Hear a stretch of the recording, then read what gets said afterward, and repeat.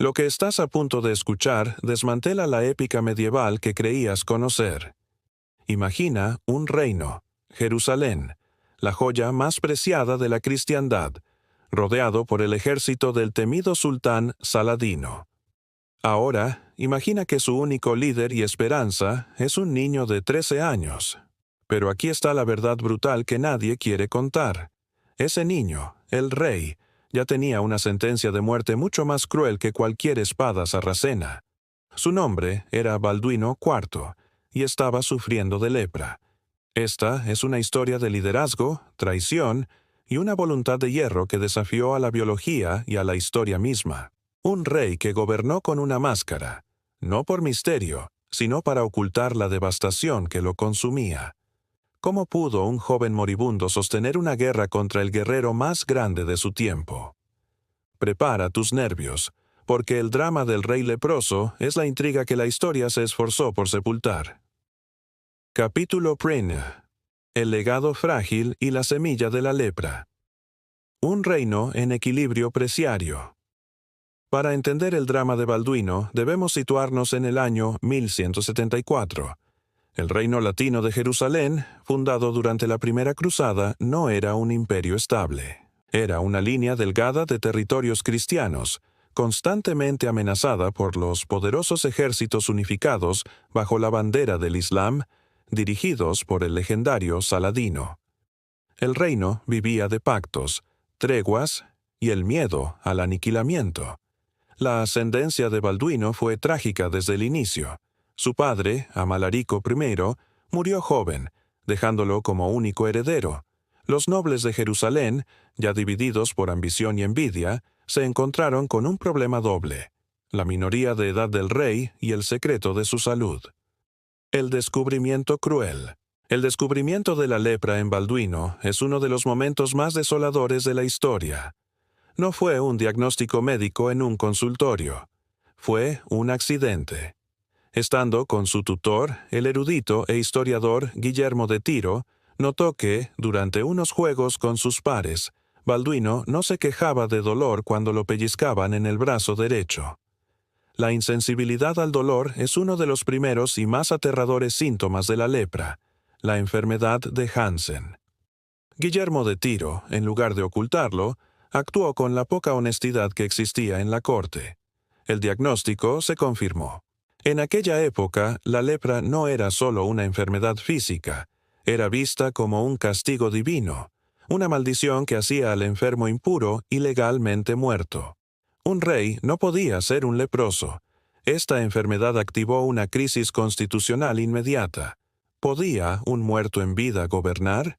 ¿Podría un rey condenado por Dios proteger el Santo Sepulcro? Este es el dilema que encendió la intriga. Capítulo segundo. La intolerancia y la conspiración del poder. La corte dividida. El ascenso de Balduino a los 13 años fue bajo la regencia de Raimundo III de Trípoli. Pero la corte de Jerusalén estaba envenenada por dos facciones opuestas, ambas buscando aprovecharse de la fragilidad del joven rey. 1. La facción nativa, varones de Ibelín. Eran nobles establecidos que conocían la política local y abogaban por la prudencia y la diplomacia con Saladino. 2. La facción foránea, llegados de Occidente. Eran los halcones recién llegados, sedientos de gloria militar y de confrontación inmediata, a menudo descritos como imprudentes y ambiciosos. Aquí es donde surge la figura de Guy de Lusignan, un noble francés cuya codicia sería la perdición del reino. El uso de la máscara. A medida que la lepra avanzaba, los síntomas visibles, las úlceras, la desfiguración facial, la pérdida de los dedos, se hicieron imposibles de ignorar. Un monarca debe inspirar fuerza. Balduino no podía permitirse que sus soldados vieran a su líder desmoronándose. La máscara, velo. El mito de la máscara es poderoso porque simboliza el velo que cubría su poder y su vulnerabilidad. Balduino se convirtió en un símbolo monumental. Era la voluntad de un rey que se negaba a abdicar ante su enfermedad. Era su forma de decir: mi cuerpo puede estar muriendo, pero mi autoridad y mi mente estratégica no lo harán.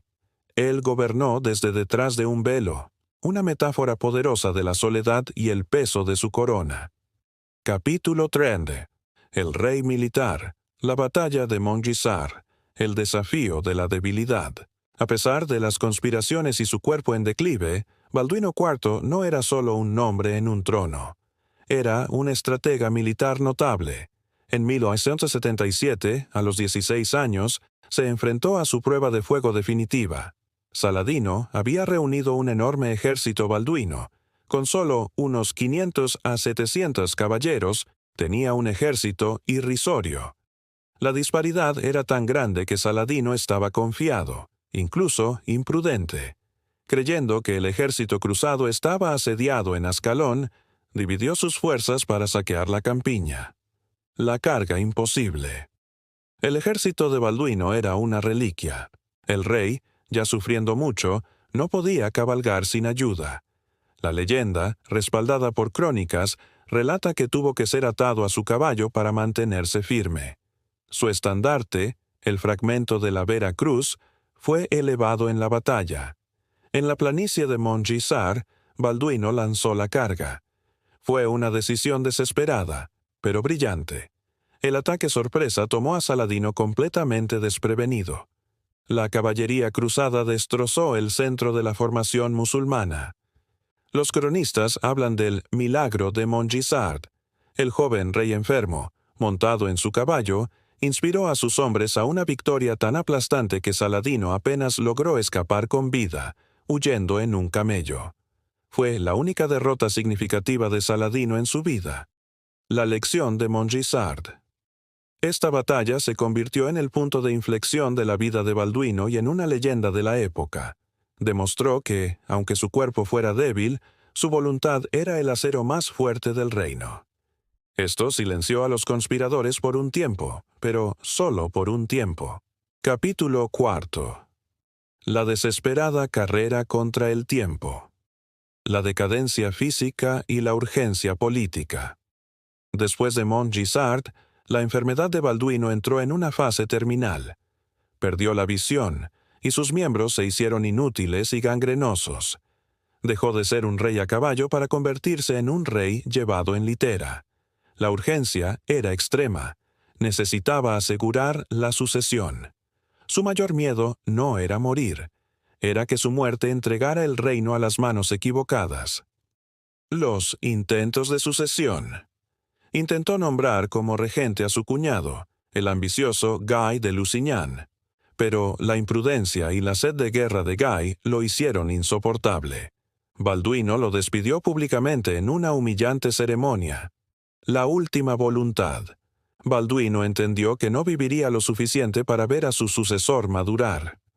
Nombró a su sobrino de 5 años, también llamado Balduino, como su heredero, y a Raimundo III de Trípoli, su antiguo regente, como regente, confiando en el noble más capaz y prudente para proteger al niño y al reino. El legado trágico. La trágica ironía es que todos los miedos de Balduino se hicieron realidad tras su muerte. El joven Balduino V también murió poco después. Guy de Lusignan, el noble que el rey moribundo había depuesto, logró arrebatar el trono. Fue su imprudencia y arrogancia lo que llevó a la desastrosa batalla de Hattin en 1187, donde Saladino masacró al ejército cruzado y capturó Jerusalén. El reino que Balduino IV había sostenido con su última gota de sangre se perdió en un solo día debido a la ambición de un solo hombre. Capítulo 5. La caída y el legado inmortal. El efecto dominó. La trágica ironía es que todos los miedos de Balduino se hicieron realidad tras su muerte. El joven Balduino V también murió poco después. Guy de Lusignan, el noble que el rey moribundo había depuesto, logró arrebatar el trono. Fue su imprudencia y arrogancia lo que llevó a la desastrosa batalla de Hattin en 1187, donde Saladino masacró al ejército cruzado y capturó Jerusalén. El reino que Balduino IV había sostenido con su última gota de sangre se perdió en un solo día debido a la ambición de un solo hombre. La percepción histórica. Balduino IV no es solo una nota al pie en la historia de las cruzadas. Es una lección de liderazgo. Él demostró que la fuerza no está en el cuerpo, sino en la voluntad inquebrantable de luchar por un ideal. Su máscara no ocultaba debilidad, ocultaba una determinación que, incluso en la enfermedad, fue capaz de frenar al enemigo más temido del mundo medieval. Hemos revelado el problema. La lepra en un rey niño amenazó con destruir la cristiandad. Hemos sentido la agitación al ver cómo este joven héroe luchó contra conspiradores internos y un ejército musulmán implacable. Ahora te pedimos la solución, tu opinión. Hemos visto la intriga de su corte, la épica de sus batallas y la tragedia de su muerte. Te toca a ti. Deja un comentario aquí abajo. ¿Crees que la historia ha sido justa con Balduino IV? ¿O su dramática historia de lepra y liderazgo sigue siendo una de las más subestimadas de la historia? Si te apasionan las historias donde el coraje desafía al destino, suscríbete y activa la campanita, para que no te pierdas el próximo secreto olvidado de la historia.